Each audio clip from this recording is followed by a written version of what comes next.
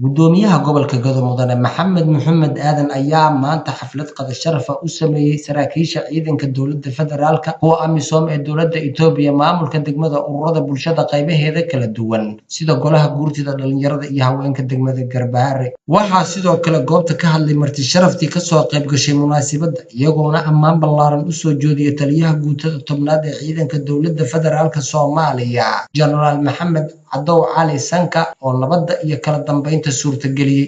taliyayaasha waa nala joogaan waxa xaqeeda waxaan ku urudnaa ayaga way waxaanu hadda meesha isku dacwo maahane waxa weeye maxaan qaban karnaa way iyo midnimo gudoomiyaha gobolka oo xafladan quruxda badan isugu yeeray in alla intii wax garad ahayd oo magaaladan joogtay haday maamul ahaayeen haday madaxda ciidamada ahaayeen haday kuwa amisom ahaayeen haday ururada haweenka iyo ururada dhalinyarada ahaayeen aad iyo aad baan ugu mahad celinayaa barasaabka gobolka oo arintan isugu kaana keenay aad buu u mahadsan yahay waan soo dhaweynaynaa guutada tobnaad ee halyeeyga ah Maxamed Cadow Cali Mareexan ayaan u dirayaa salaan hambalyo leh hambalyaan leeyahay geesi waar oo nolow waa soo halgantay nolow baan ku leenahay waa ku garab taaganahay hambalyaan leenahay chief asaga noogu horeeyay xabad ma maqallo taadi ma aragno waxaan kala halkaan salaan diran uga dirayaa ciidamadana qalabka sida ee sharafta badan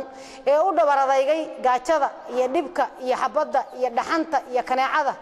iyo qaniyada iyo qodaxda u dhabaradaygay baan leenahay hambalyo hadduu yahay taliye saldhig hadduu yahay taliye guuto iyo haday yihiin dhammaan saraakiisha iyo ciidamada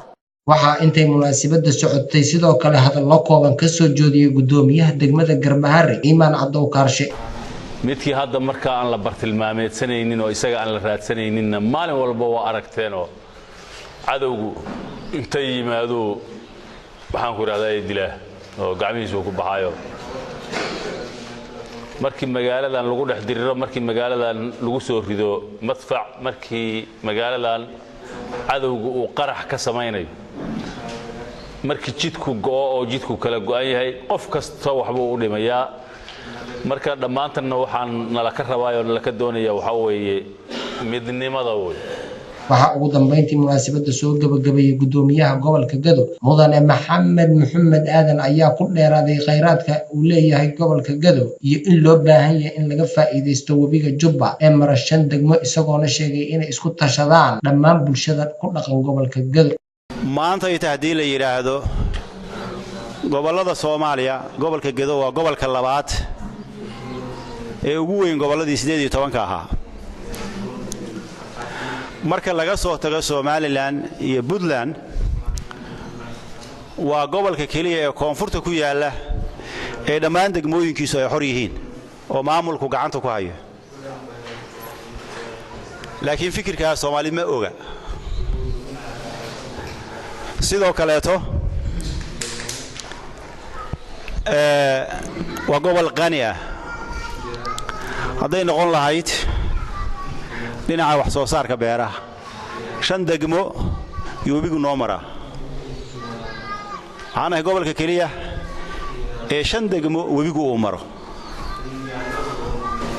waxaan ahay gobolka kaliya ee 2 wadan xuduud la leh oo dhinaca ganacsiga trade-ka Janiska aan haysano oo gobolkan uu haysto gobol Soomaali la mid ah haysta warsame Xaaji Faarax raadiyaha iyo TV-ga koonfur galbeed degmada Garbaare ee xarunta gobolka Gado